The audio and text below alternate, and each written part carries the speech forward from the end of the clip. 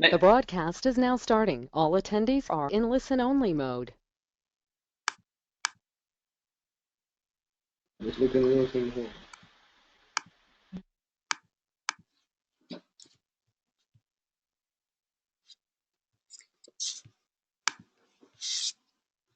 Good afternoon and a warm welcome to all listeners of our webinar. Happy New Year, first of all, and happy to hear that this webinar is attracting so many listeners. My name is Niels van Manen and I'm UNIGIS Amsterdam coordinator and researcher at the Spatial Information Laboratory at the Vrije Universiteit Amsterdam. This semester we are hosting the U lectures on behalf of UNIGIS International. Just bear with me. And today's webinar is all about GI capacity building in schools. The next generation of GI professionals, school children.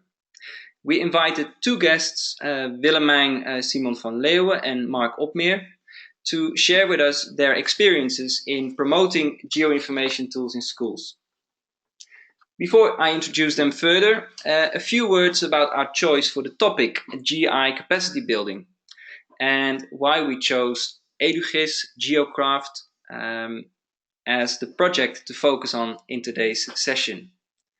The concept of capacity building or capacity development originates from the fields of international development policy and practice, with a focus on communities in developing societies. More recently, however, it has been understood as a systematic approach to development that focuses on understanding and removing the obstacles that inhibit people, governments, institutional organizations, or NGOs from realizing their development goals, and this can be anywhere in the world.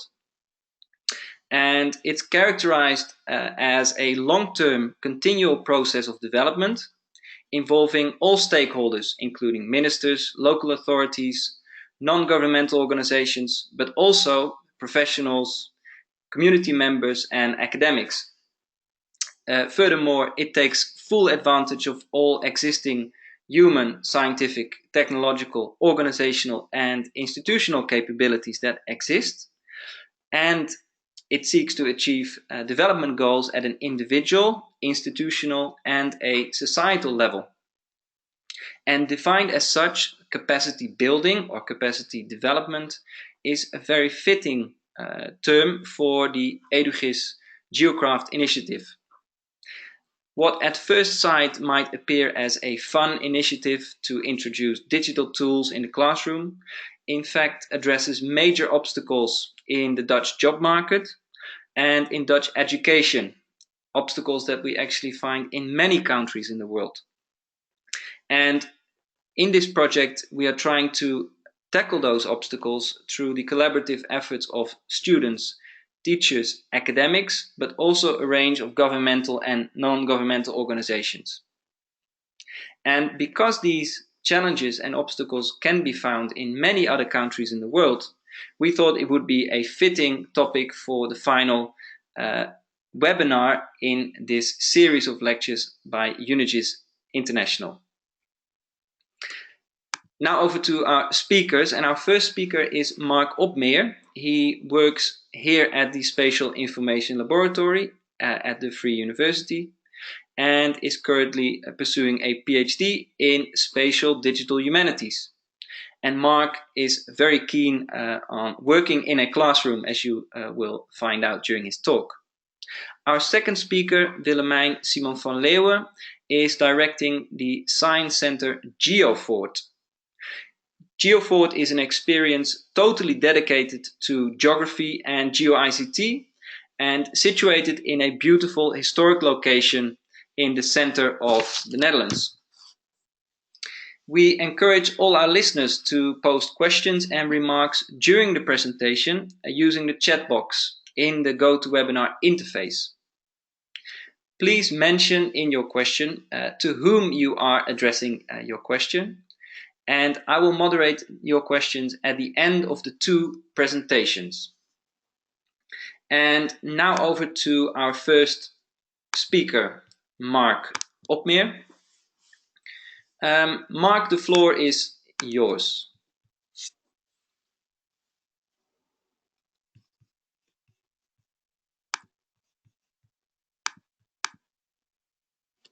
Mark?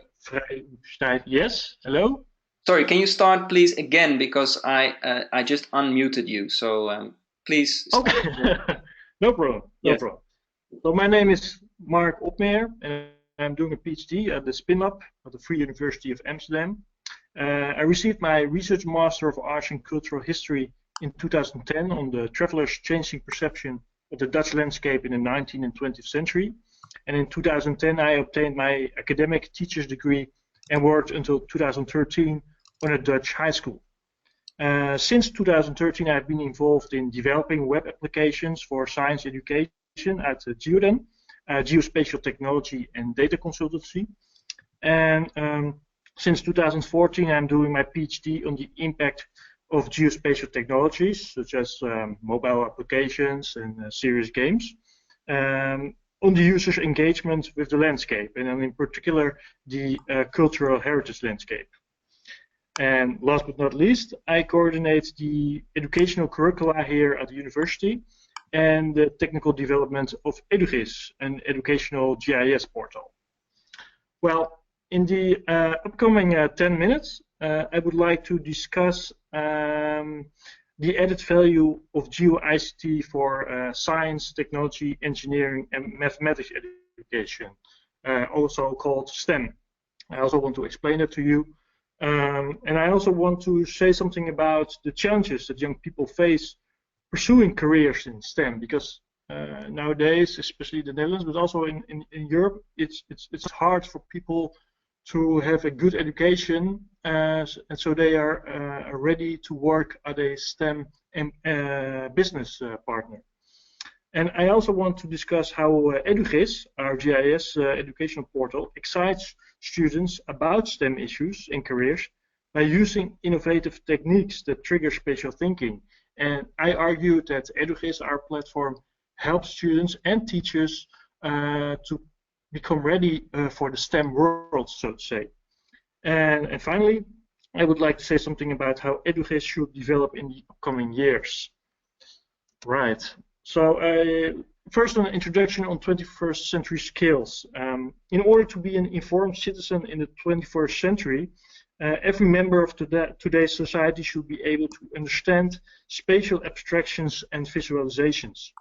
Packing a car trunk, replacing a flat tire, or finding the most efficient route among stores in a shopping center are activities that all rely on spatial thinking. People use GIS to make maps, analyze data, and decide on best solutions. From a curricular perspective, GIS allows us to study climate change, design cities, plan ecological growth models, catalog contents of an archaeological site, etc., etc. So GIS tools provide a rich, inviting, and challenging problem-solving environment which prepares the next generation of students for life and work in the 21st century. It encourages them to actively participate in today's society, I think. And computer games, for instance, but also digital tools such as EduGIS, offer this environment for challenging but well-supported projects. As women benefit more than men in gaining spatial skills after training with computer games, gamification is the perfect tool for attracting both men and women to the field of science, technology, engineering, and mathematics education. And because of these innovative materials, students explore the world in an active way. This kind of GeoICT enables today's and tomorrow's citizens to play an active role in the society of the future and to make informed choices and to engage in a democratic, knowledge-based society. So what's the relationship between GeoICT and STEM? Well, geographic information systems engage several critical elements in STEM curriculum and instruction. The acronym STEM is typically used when addressing education policy and curriculum choices in schools to improve competitiveness in science and technology developments. GIS tools provide a rich, generative, inviting, and challenging problem-solving environment, and succeed as a tool for both scientific research and problem solving in a wide range of real-world contexts. Consequently, it provides a link between science and policy, and GIS empowers students to address significant issues with the same tools that professionals use to address issues in their work. And as such, GIS allows STEM students to do exactly what professionals do in thousands of career fields daily. It is perfect for preparing the next generation for students for life and work in the 21st century and to encourage them to actively participate in today's society. Well, GIS and related geospatial technologies of global positioning systems such as GPS and remote sensing can be used simultaneously to engage students in science, technology, engineering, and math. It is very well suited for driving problem-based learning, an approach to classroom inquiry that is guided by a question, with students collecting data and making analytical conclusions. PBL, so problem-based learning, and inquiry are specifically suggested by the National Science Education Standards as instructional frameworks best suited to support deep, meaningful learning. And GIS allows students to collect and visualize authoritative data on the question of interest, adding their own data to the map before performing a wide range of analysis on the data in question. Well, I think there are 5 important reasons to include GeoICT in school curricula. At first, there's a pedagogical argument. Teaching and learning with the use of GeoICT tools becomes more interesting, challenging, and topical. Training and improving geospatial relational thinking is a goal worth pursuing, as it is an important tool in understanding and studying challenges in the world around us. GeoICT enables students to explore geographic information deeply in a way that is not possible with traditional materials. Second, there's the career argument. In recent years, the GeoICT sector has extensively grown because of a broader application scope, which requires new forms of acquiring, managing, and providing geodata. This development requires future employees to attain new competencies in order to live up to the current profile needed in the GeoICT sector. For students to acquire these competencies, it is very, very necessary to invest in the future of GeoICT by implementing GeoICT in school curricula. Well, in the third place, we have this economic argument.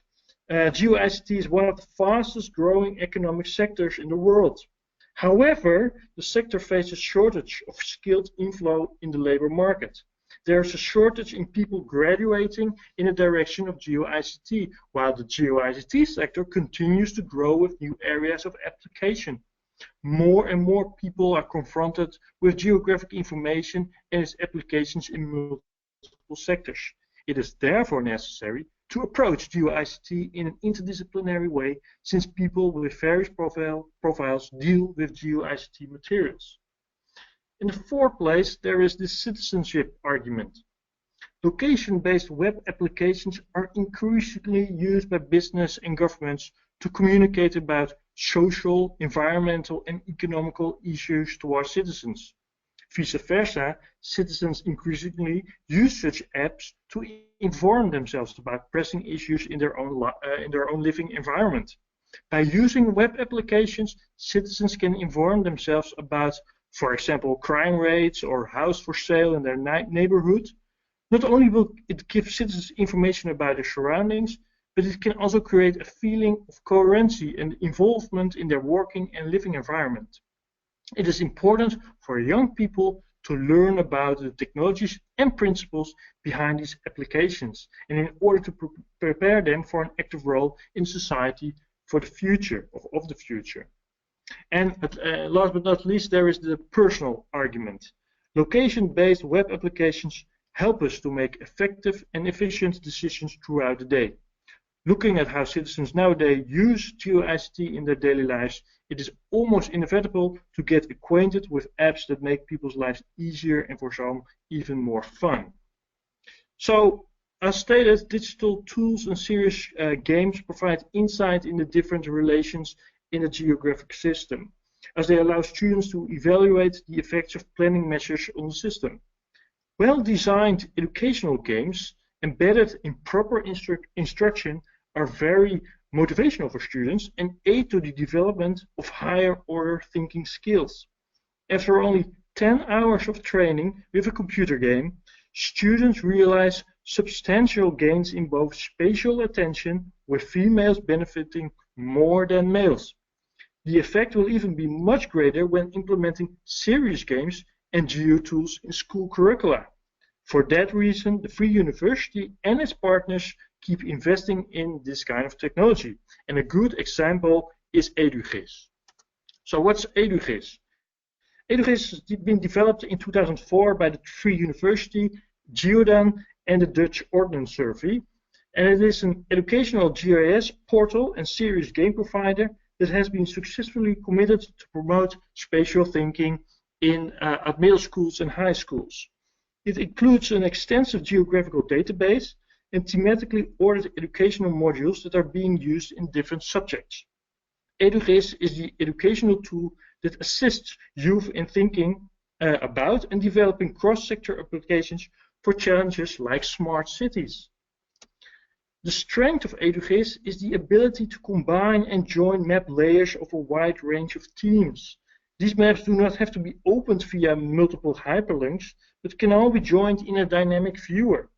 The ability to stack map layers on top of each other, to switch them on and off, and to make them transparent makes it easier for students and teachers to identify spatial associations.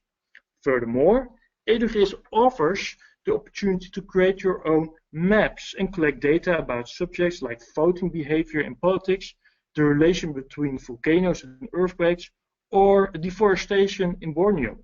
This makes UNIGIS interdisciplinary and enables students to gain knowledge on a wide range of scientific concepts. To turn this knowledge into practice, students can further develop their spatial thinking skills in challenging but well-supported projects. It makes students excited about STEM issues and careers using innovative techniques that trigger spatial thinking. So there is a GIS software on the market. Yes, there is, which offers probably the same possibilities. But those materials are designed for business, government, or for science purposes. To respond to the scarcity of instructional time that is required for students to generate knowledge about complex scientific subjects, UNIGIS has been developed to be an easy and clear to handle program which is quick in use. This is ideal for students and teachers who need to divide their time efficiently and effectively in class. And because of this multidisciplinary approach, UNIGIS is also interdisciplinary. Not only is it useful in geography lessons, but it has also the power to aid in, for example, economy or biology lessons as well.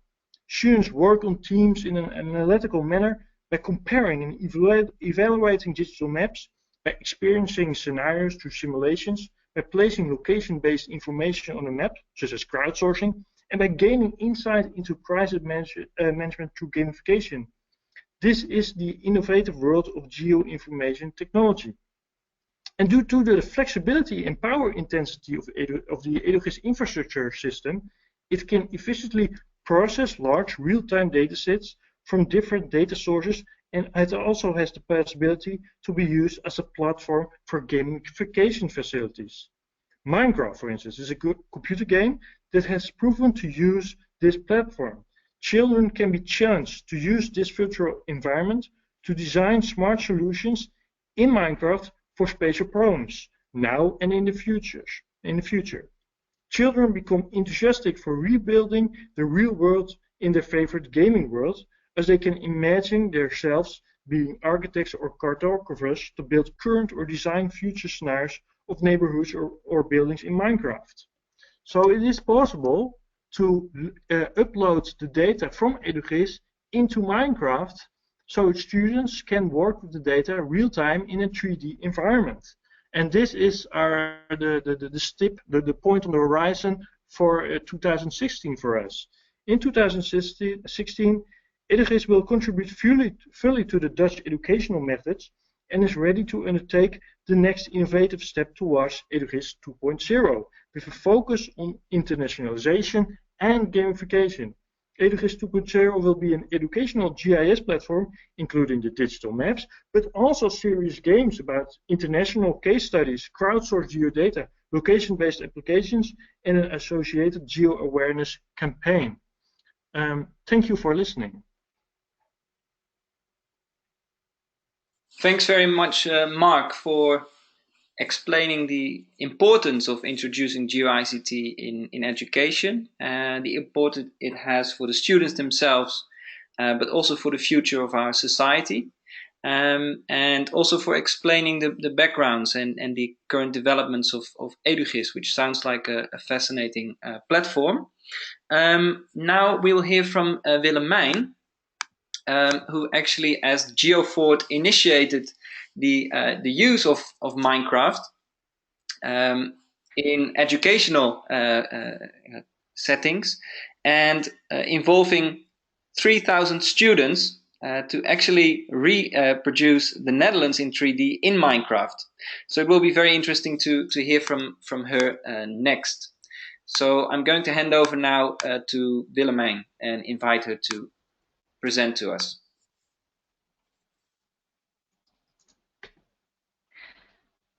Yes, hello.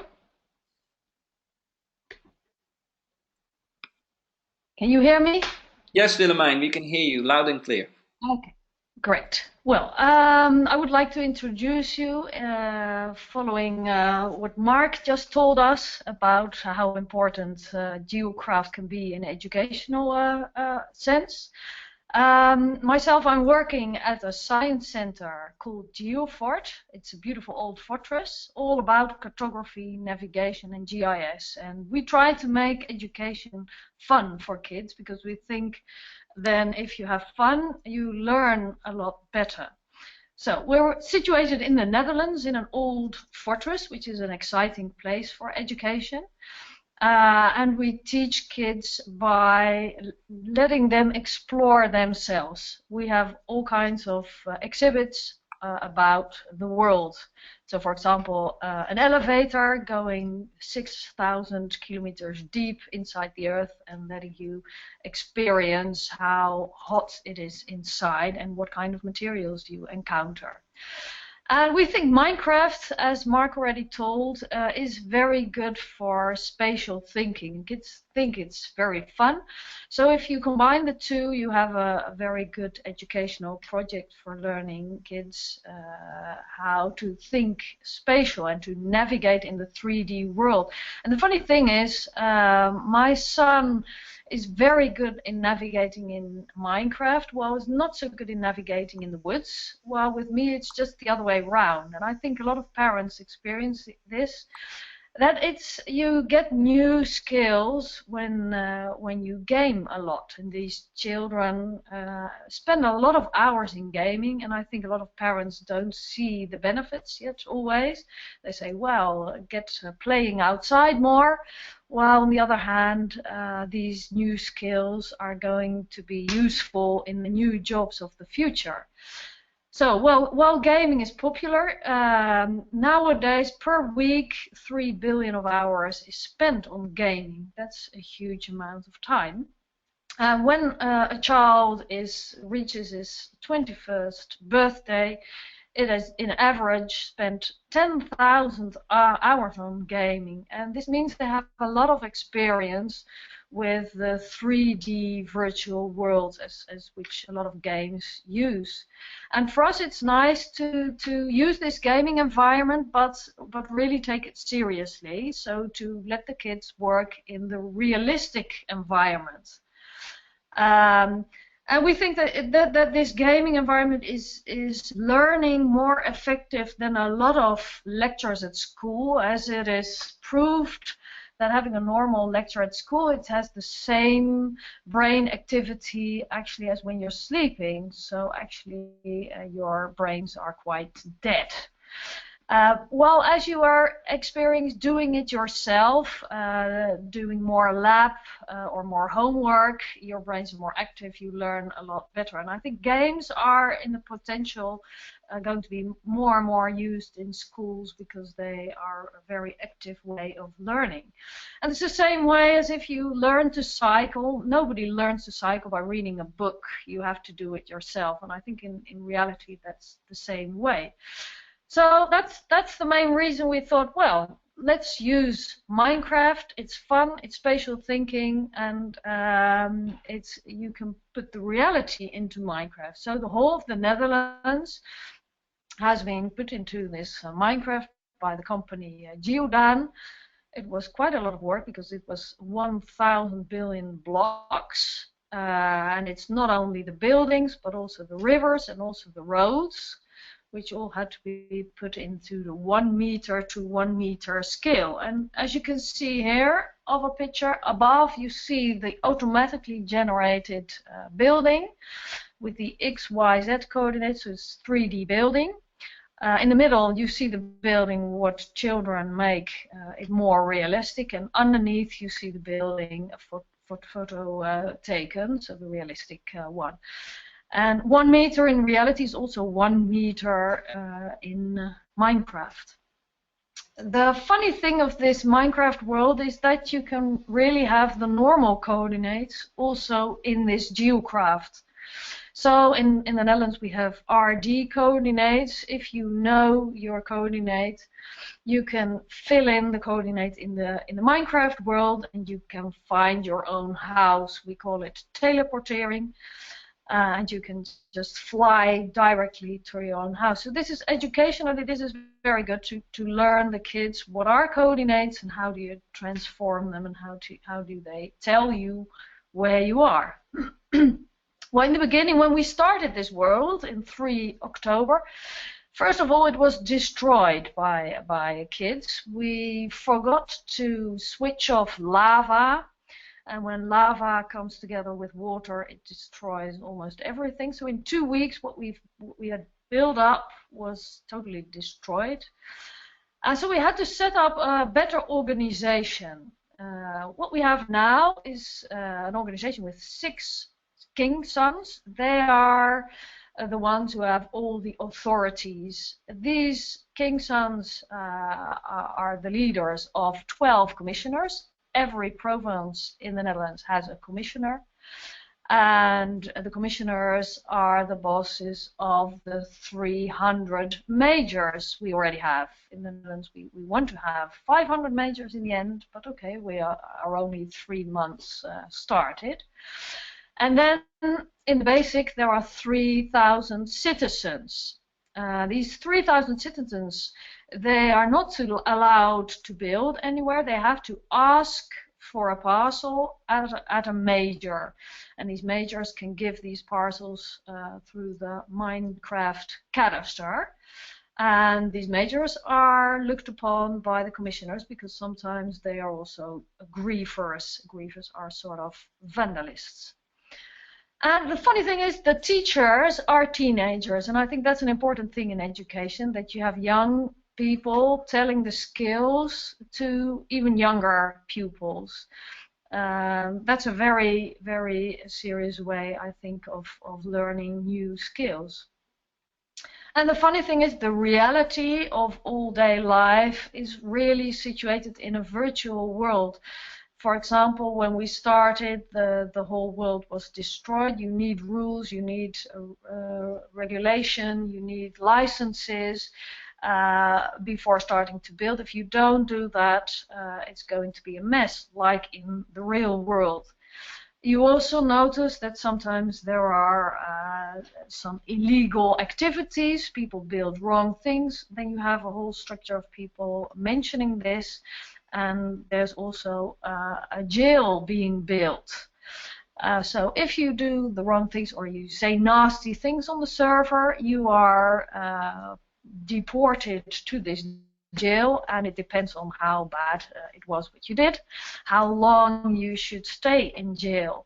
And the funny thing is these are these teenagers who find out the laws, who found out how bad or what the punishment is, and they really discuss about this and they write laws about this. So it's really a normal community actually. Well, the workshops we have now at Geofort is for one part, it's trying to get a lot of schools building their own schools, so children measuring their own schools, but also the companies of their parents. And they are invited to some companies, these children, to walk around, look around, and to translate it to the 3D reality. So actually, they are all playing the role of architect. We also have fun workshops, treasure hunting. You get a 2D map, and you have to find these treasures in the 3D reality of Minecraft. And then in the end, you get a coordinate if you find everything well in the reality. So in the inner city, you have to find the coordinates. So you have the 2D map, the 3D Minecraft, and the navigation in the reality. Of course, everything is spatial thinking. What we also do is trying to get adults enthusiastic for this platform. This photograph is our Minister of Infrastructure, and teenagers told her how to find her own house. She was very interested. And how this platform can be used more in education. It can also be used for teaching kids to program. It can be used to teach kids how to build the future in the Netherlands or to build the reality nowadays. And programming, Minecraft has a very nice program on internet. And you can learn, it's for kids from about the age of 6. And in a simple way, you can learn the basic skills of programming. And I think Minecraft is a very nice way of teaching this. You can do it for very young people, but you can also do it for the more serious kids learning Java. Then planning the future. This is also something Mark does a lot with the university, letting kids talk about the future. How this is, for example, the Markarvada new islands planned in the Netherlands. How can they be planned best in economical way, in touristic way, in finance way? And the funny thing is, we showed this to the minister, and she was very enthusiastic. She said the kids are really much further than her own professional team. And of course, it's nice to let the generations meet each other with their ideas. Well, we had some inspiration from countries abroad. Denmark was the first country to have the whole of Denmark in Minecraft. That was in 2014. But sadly, American kids bombed the inner city, plagued the flag of United States. And now you're not allowed to build anything anymore in this Minecraft world. You can download the Minecraft world. So this is the way they solved the problem of vandalism. You can go to a website, you can download the data and use it for yourself at your own school. The same is in the UK. You can download parts of the UK, not the whole of the UK. They have, for example, Snowdon, Giant's Causeway, and Edinburgh Castle, but you can choose any part of the UK and get it to your own server. But of course, that is less exciting than when you have all the kids on one server building together. That's the thing we think. Well, questions. I think, Niels, we go on to the questions before I show the whole world live in Minecraft. Yes, I think we will take questions, and in the process, I'm sure there will be an opportunity for you to show Minecraft live. Is that okay? That's perfect. That's perfect. Okay, thanks very much, Willemijn, for telling us how you actually went about recreating the Netherlands in 3D with the help of a lot of young friends. And it was an inspiring story. I'm very happy to learn about this. And now I would like to open up basically the discussion. So to all attendees, please do not hesitate to post questions using the control panel. And I will start off the discussion first. And first of all, I was wondering, what's in it for the people who are listening? So far we focused very much on the young generation, and why it's exciting for them to be basically confronted with these new digital environments, new digital tools. But why is this of interest to the people who are listening, who are at most the jazz professionals or enthusiasts? Mark. Niels, can you show me my screen so I can open up a dia picture, Yes, which is of course. very That's not a important problem. for my answer. Yes. Show my Feel screen. free to share your screen. All right. So, okay. So, you are asking. So, what the listeners? How can they participate in what we're doing? How can they create a relationship with what we are doing now? Yes, indeed. Because we're indeed talking about little children, young children. We're talking about teachers. But I'm aware that most listeners aren't teachers or don't have an educational background. Well, first I want to say here on my screen you see now a very important model which we basically always use in the projects with UNIGIS at Minecraft. Of course, the teachers and learners are central. They have to do the work. And so to say, the teachers have to teach the children to think spatially. And the children have to build in Minecraft. They have to use the information to come up with solutions for great challenges, environmental challenges, for instance.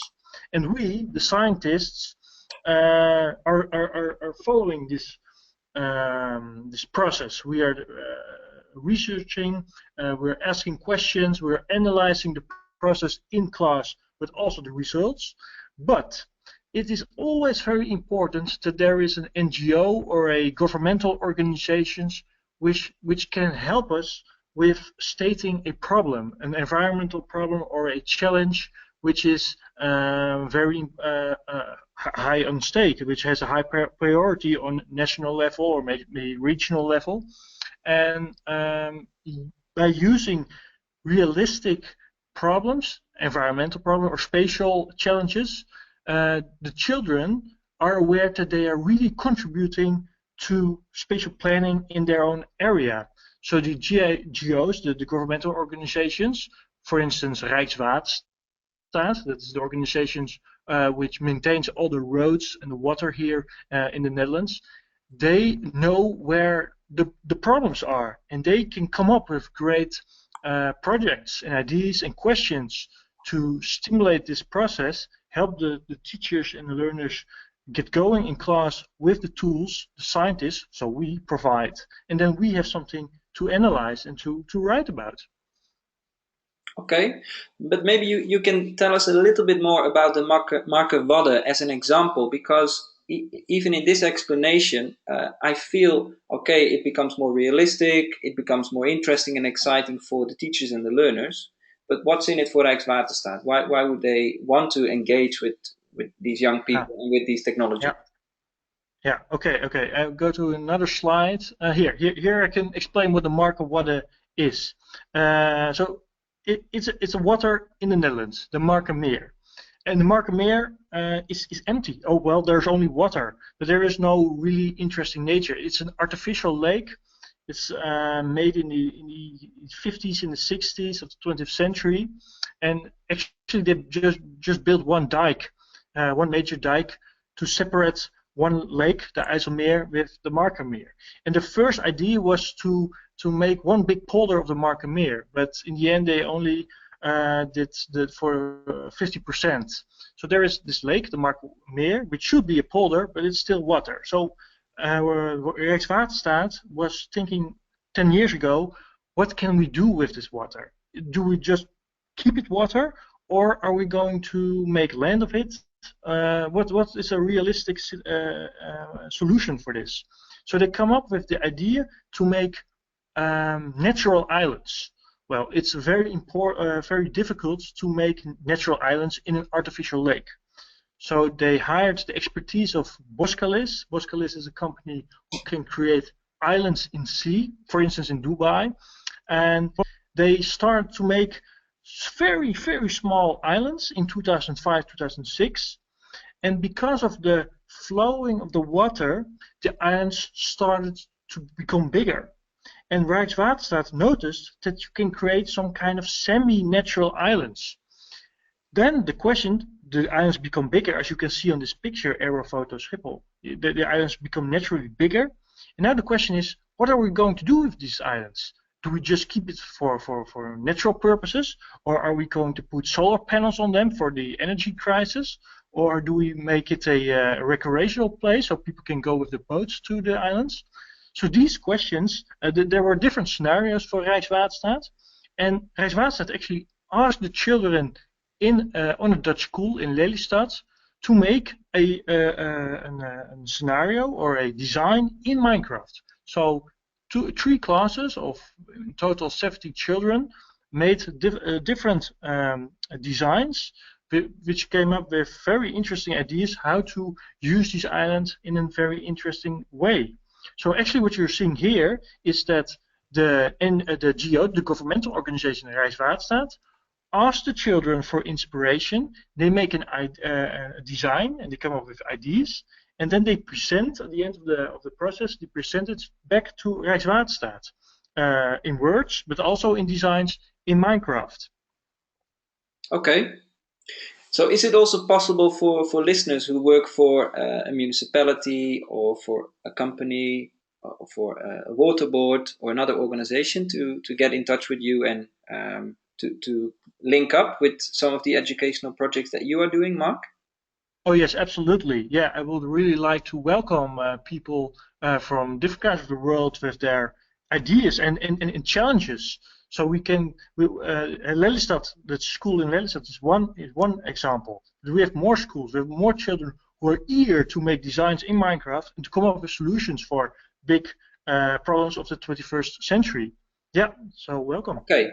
And I don't think it's only interesting for children. It's also interesting, I think, for adults, because Rijkswaterstaat also tries to participate citizens when there are new infrastructural changes.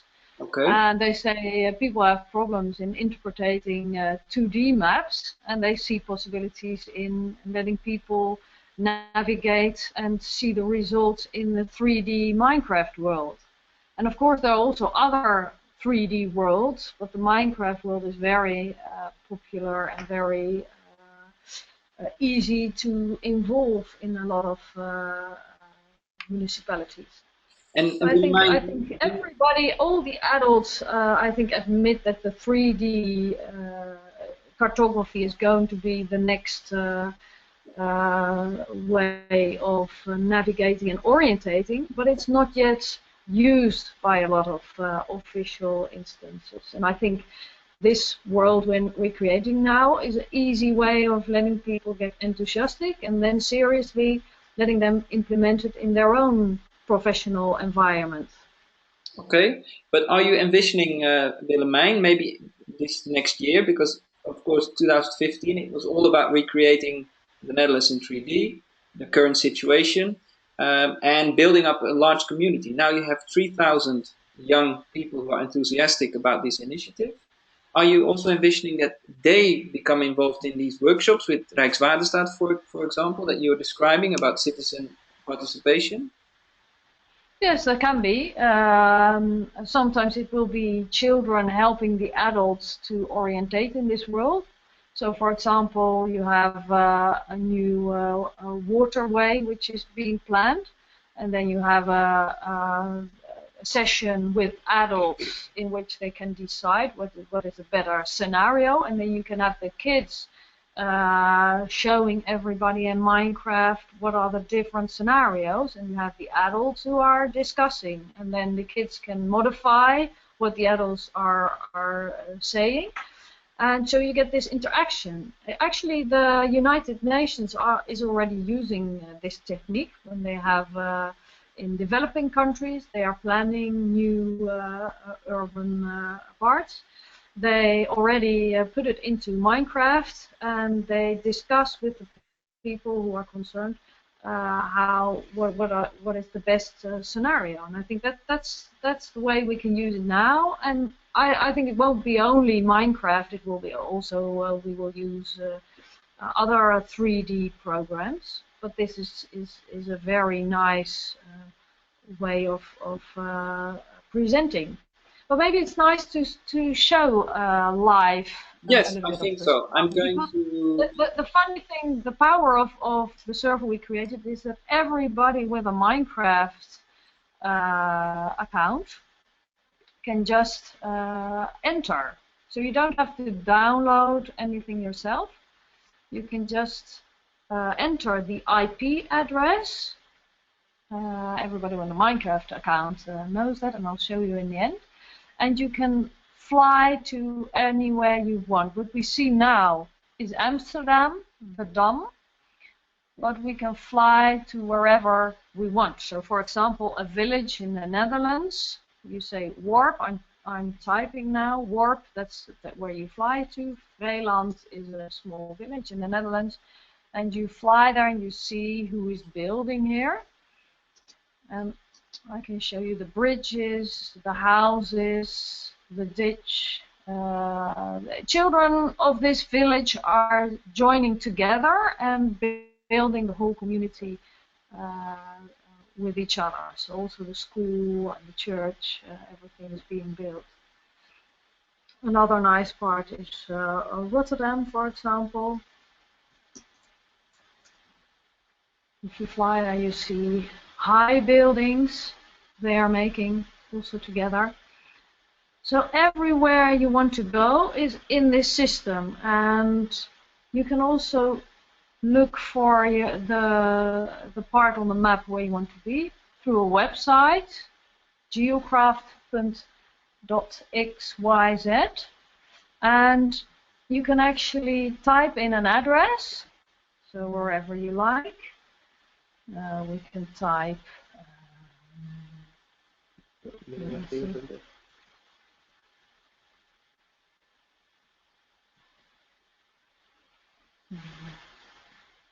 well, I just type an address. Then you see on the map where it is, but you also see the latitude and longitude coordinates, and you see the RD coordinates. Now, in the reality, the 0 point is in the left bottom, but the Minecraft people were no cartographers, so they put the 0 point in the left top. So you have to swap the Y coordinate. Okay, but that's what you teach the kids in what it's all about. The coordinates. You copy and paste these coordinates. You go back to the Minecraft server.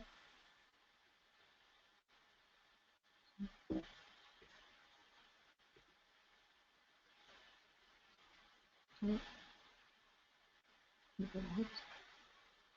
see, I didn't copy it good.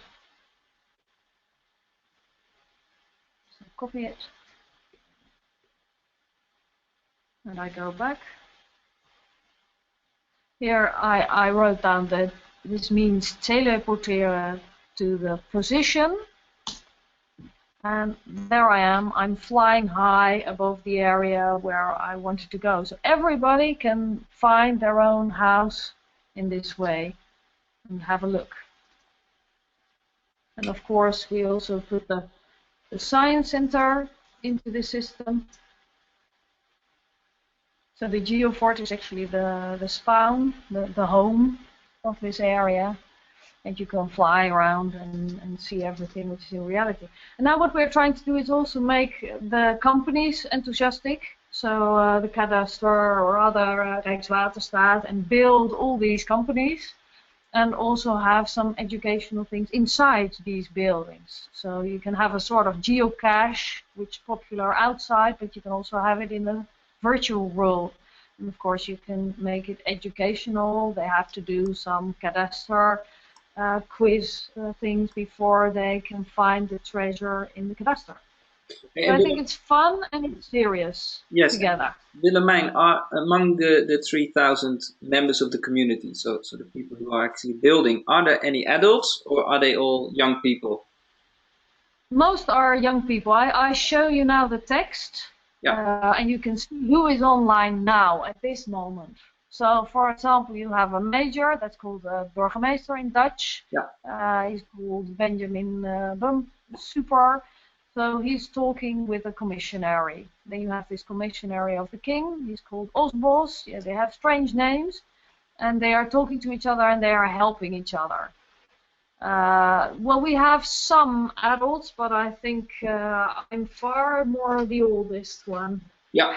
Okay. So, Mark, this brings me to another question. When I listen to your story, I can see the potential and I can see the value of investing in programs like this, educational programs.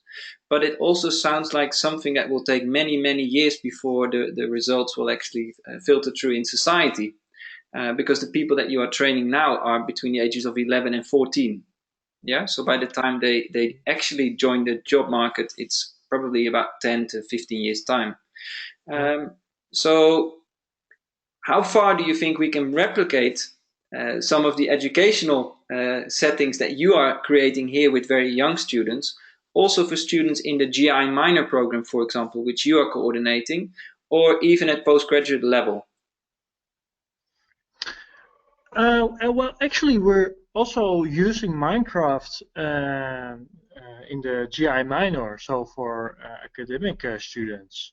But it's the question is then more how can you use 3D visualizations to convince stakeholders of your design, and how can you use Minecraft, for instance, to get a discussion going with the public, because today we're really into co-creation.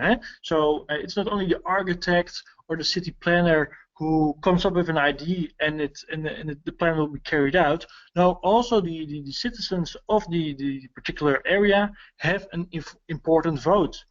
And by using Minecraft, you can let people know, and with people I mean the citizens, the people who are not the professionals, let people know what can happen to an particular area, if you choose for a particular solution. What will happen if you, what will happen to the landscape if you decide to make a bridge or dig a tunnel or create a highway? And by combining different data sets, you have a very great tool. So your question is, how can you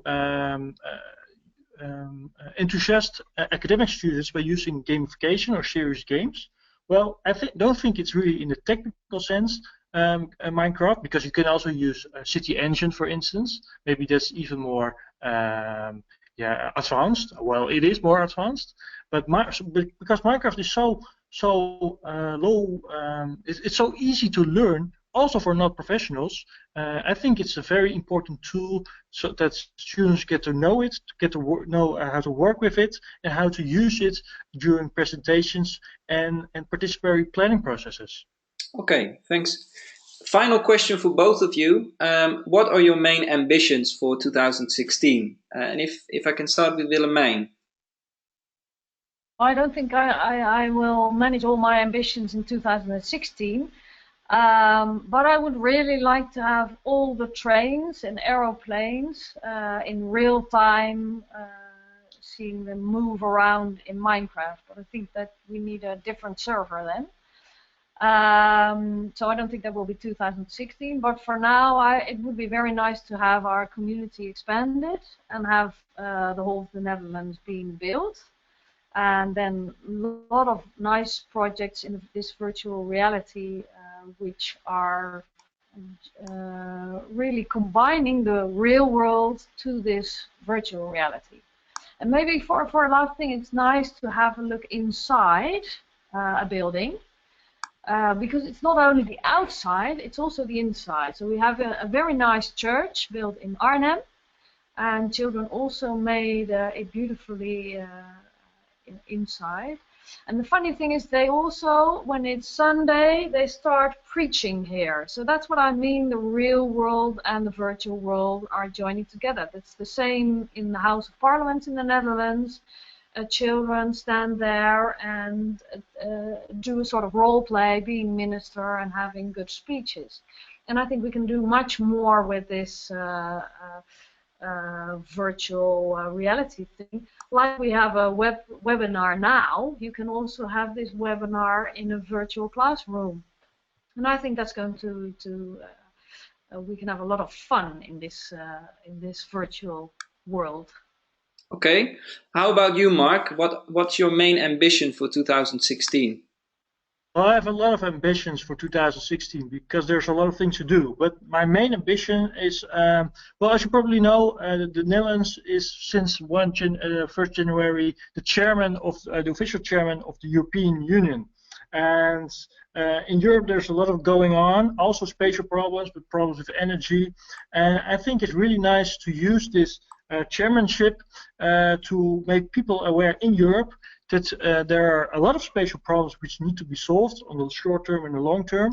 And I also want to invite schools, European schools, to use Minecraft and UNIGIS to come up with interesting ideas so we combine them. And at the end of the chairmanship in June, July, we can present them to the official European politicians. That sounds great.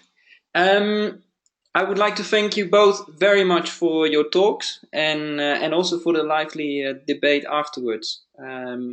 I can see that you are very passionate and enthusiastic about this initiative, and that there are many good things to come out of this. So that was great to see. I would like to thank all the attendees as well for joining, for listening, and also for posting questions, which I've tried to integrate in our discussion. If you have any follow-up questions, please do not hesitate to contact the speakers. You can find their contact details here. You will receive a follow-up email including a link to the recording of this webinar and a request to provide us with some feedback. And of course, we would love to hear from you. Any improvements that we can make are very welcome. Thank you. We hope you will also join us for our next U-Lecture webinar, which will be hosted by UNIGIS UK. Please keep track of our social media for updates on this. In case you are interested in studying with UNIGIS, please do not hesitate to contact us.